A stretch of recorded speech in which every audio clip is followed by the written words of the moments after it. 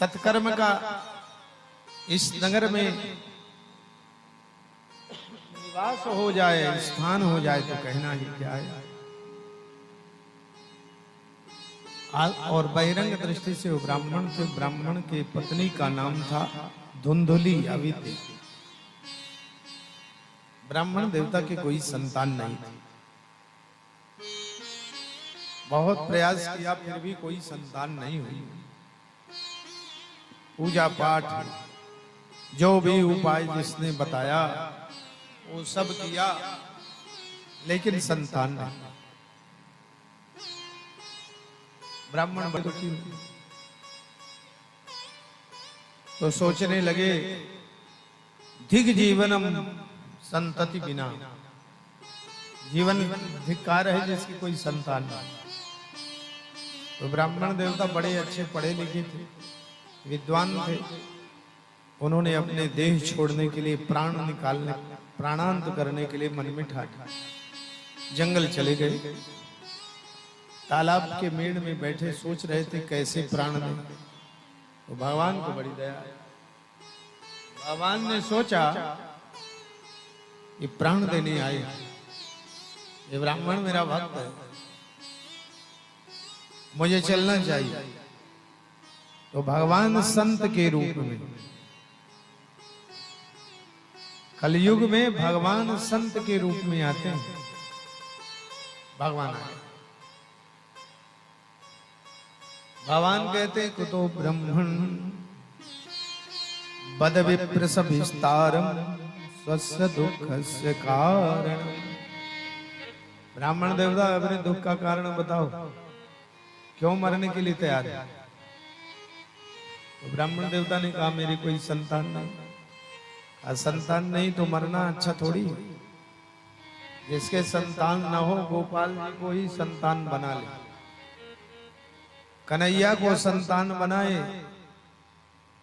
कन्हैया बेटा भी बनने के लिए तैयार है, और आपने बेटा बना लिया तो बहुतों के घर में कन्हैया फिर बेटे बन के आ भी जाते। बहुतों के घर में ये व्यास पीठ से न जाने कितनी देवियों की कोख जिनके संतान नहीं होती थी हुए। ये पीठ की गोपाल जी की कृपा न जाने। अभी यहीं कोई बता रहे थे, अभी सज्जन आए प्रणाम करके गए, महाराज आपसे पहले मांगा था बेटा, तो भगवान की कृपा से अभी सुबह ही खुशखबरी दी। आपके ही बीच के थे, मुझे ध्यान है।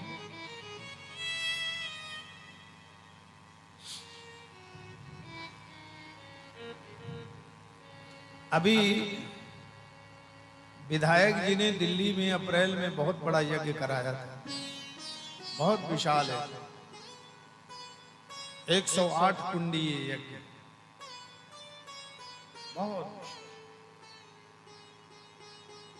उनमें 2 दिन, एक दिन पुत्रेष्टि यज्ञ किया गया, और जिनके संतान नहीं हो रही थी उनको प्रसाद दिया गया। न जाने कितने फोन हमारे पास में आए कि महाराज भगवान की कृपा, अभी 5-6 महीने हुए होंगे उसे, बहुत लोगों के फोन। जिन बेटे बेटियों के विवाह नहीं हो रहे थे कितनों के हो गए। तो जो श्रद्धावान लभते ज्ञानम, जो श्रद्धावान है उनको भगवान सब कुछ देते।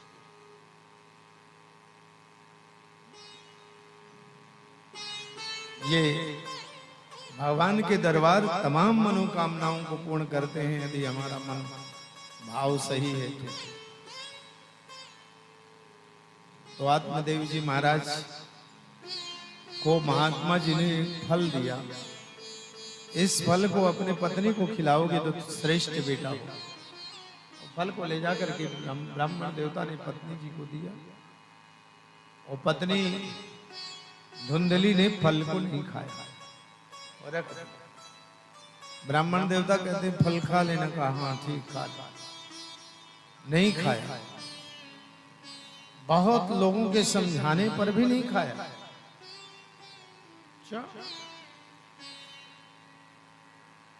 ब्राह्मण देवता कहते फल खा लिया,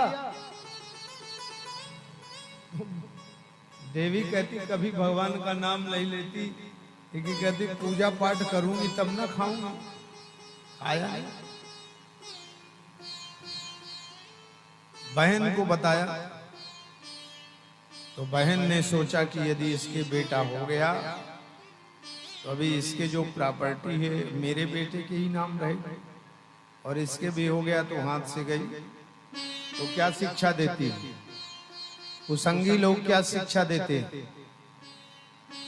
धुंधली की बहन क्या शिक्षा देती, स्वयं धुंधली।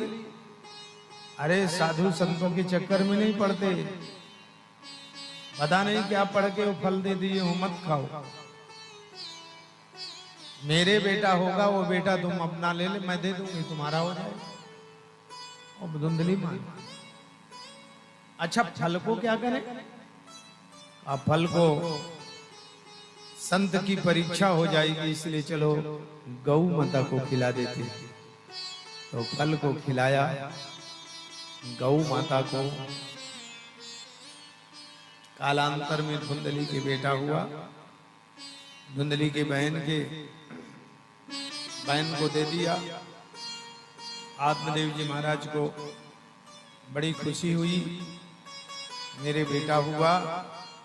आत्मदेव जी बहुत प्रसन्न, मंगल बधाइयां बजवाई और जन्मोत्सव किया, आनंद किया।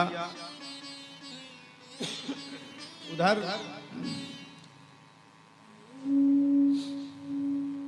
3 महीने बाद गौ माता ने बेटे को जन्म दिया। मनुष्याकार गौ कर्णम यस्या गोकर्णा, गौ के समान बड़े बड़े कान वाले बालक को दे दीप्यमान बदन, ललाट ऊंचा। बोलिए गोकर्ण महाराज की जय हो।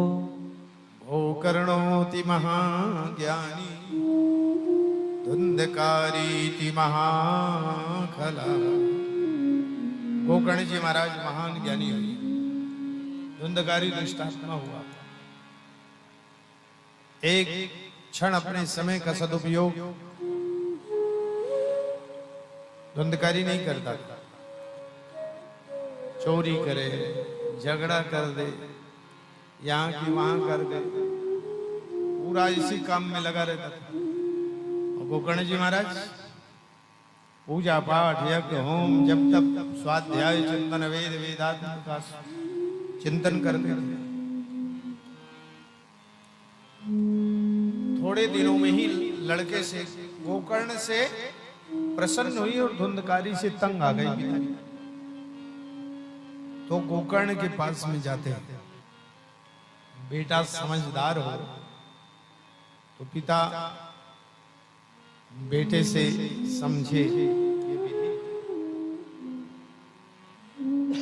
हर पिता को पुत्र मोह है, बहुत अच्छी बात।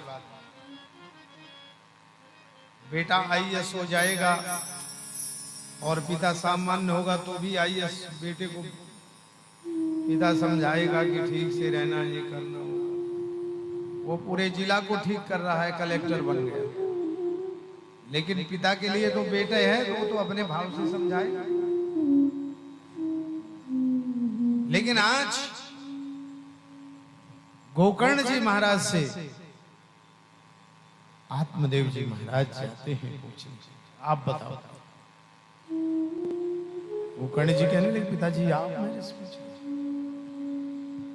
तो गोकर्ण जी ने अपने पिताजी के लिए जो समझाया है वो आप सब लोग भी बड़े ध्यान से सुनिए, समझिए। देहे स्थिमान् सरोदरे भीमतिं त्यजत्वं जाया सुतादिषु सदा ममतां विमुञ्चौ। पश्याम्निशं जगदिदं क्षणभङ्गुनिष्ठो वैराग्यरागरसिको भव भक्तिनिष्ठः। हाड़ मांस के शरीर का कोई ठिकाना नहीं, इसका कोई अहंकार नहीं करना है, ठीक है ना। शरीर का क्या है,